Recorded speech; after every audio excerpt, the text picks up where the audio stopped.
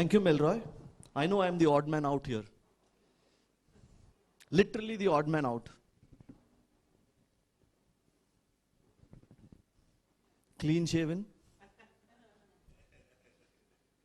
No ties. And to add to that, I have a red background. When I joined Toastmasters, I was told that if you have to be a great speaker, you need to be different from others. And I didn't think it would be this. Thank you, Anil. Thank you, Vinona. And thank you, Rashmi, if you're here for this opportunity. I know the topic is probably Greek and Latin for some of you. HR. What does HR mean? Isn't it? How many of you have worked in corporates and have experienced HR as a function? Superb. At least I know that some of you will resonate with what I'm talking about. Thank you. Imagine cruising along the expressway, 120, 140, you're enjoying the ride, and suddenly you experience a speed breaker. What happens? The entire joy, the thrill of the speed, the cruise is lost. Unfortunately, HR is considered to be that speed breaker. That speed breaker which exists on a highway where business believes that you can cruise along. Sadly, HR as a function is considered to be too emotional. My team here will believe me when I say this. We tend to take things too personally. I feel for the employee. I feel for this. I feel for that. And that's when the trouble begins. The business very effectively delegates the people-related issues to HR. And remember, Jayubai said Steve Jobs was fired from his job. Trust me, he would have blamed HR. He would have blamed HR and said, HR ne kiya hai. But that's not reality. That's not reality, because life in HR is more than what we hear or what we have experienced. And trust me, I've been interviewing people for a long time, and it's become a trend these days to see strategic HR, business partnering, and some jargon coming up into the system and saying, okay, this is what I do. But when I interview them, I realize they are only executing what is being told. Some of you who know a tool called as MBTI, how many of you have heard of MBTI? Excellent. Do you know what the full form is? BS. In corporate terminology, it's simple. मैं बोलता हूँ, तू implement कर. MBTI. And that's how HR has been treated all through. And it's not a fault of business alone. HR has been at fault as well. We need to understand that without business, HR doesn't exist. And without HR, probably the business can function. So all these things about getting emotional, getting too personal, needs to take a back seat. And that's where I believe, personally, based on my experience, both HR and business cannot function independently. They need to be interdependent. There are a lot of things which business cannot do. There are a lot of things that HR cannot do. But at the same time, if we can collaborate, if we can work together, we can reduce the gap that exists. And trust me, this has become so cliched that every HR conference I attend, I hear a statement, a blanket statement which says that HR should get a seat in the board. Merely getting a seat in the board, will things change? The answer is no. The seat always existed. The seat will continue to exist. It's only when we as HR professionals prove to the organization that we are beyond the so-called traditional HR that the seat will be occupied. Last week, a friend who works for a company that I cannot name because they don't pay me any royalty, told me that the head HR of his organization is as powerful as his CEO. And that's a very interesting thought, a very interesting concept. Dear friends, imagine a business head and an HR head having the power which are equally balanced. And that's what HR should be looking forward to.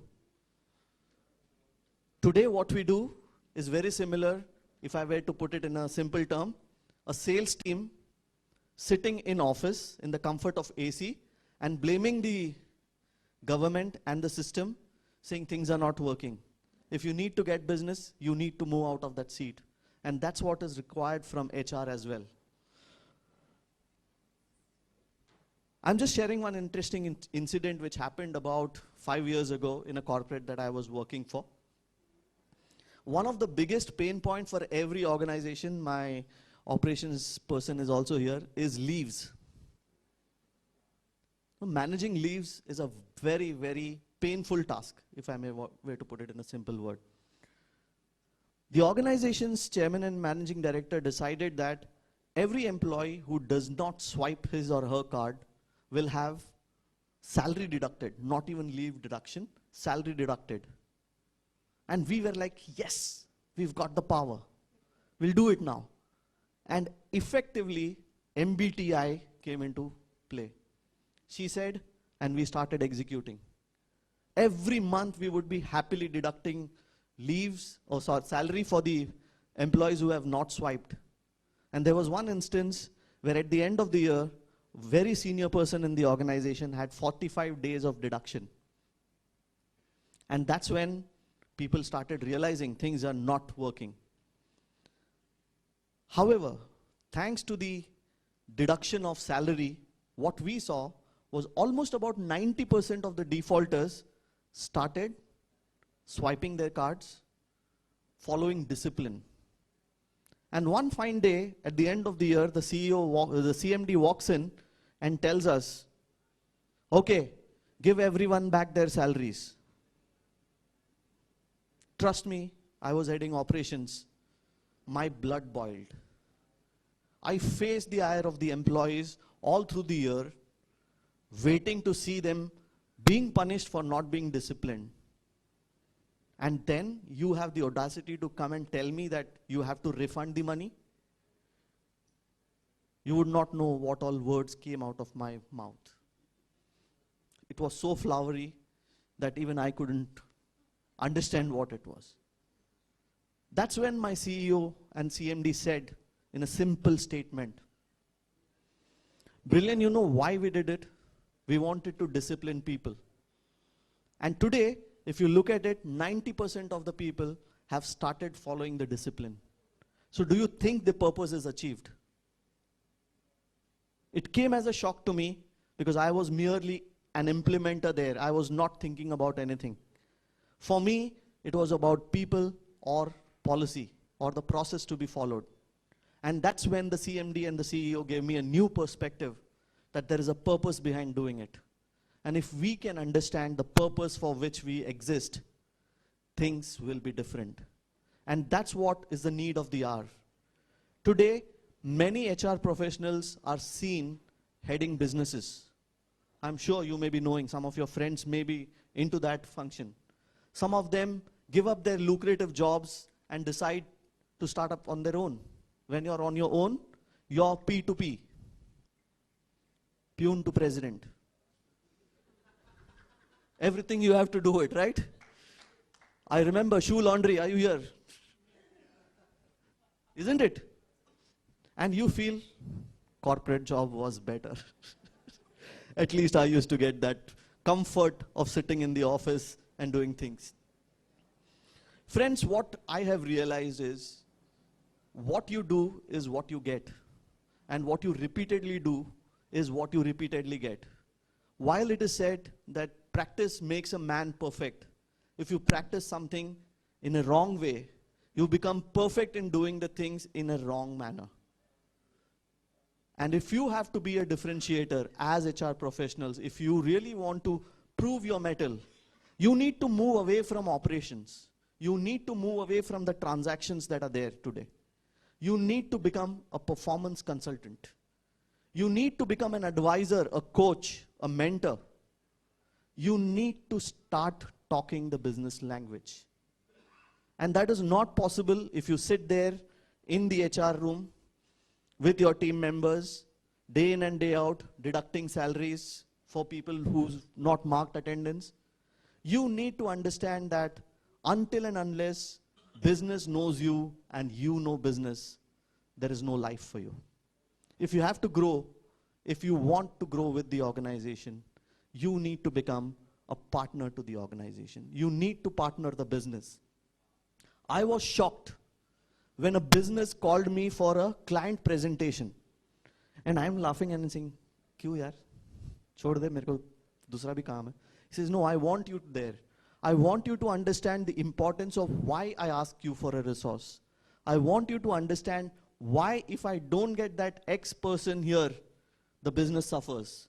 Why is it that if you don't support me, I will not be able to execute anything?" And trust me, that day, I was a changed person. Because I realized all the while, I was in the MBTI mode. And suddenly I realized there's life beyond MBTI. And that's when things started to change for me as well.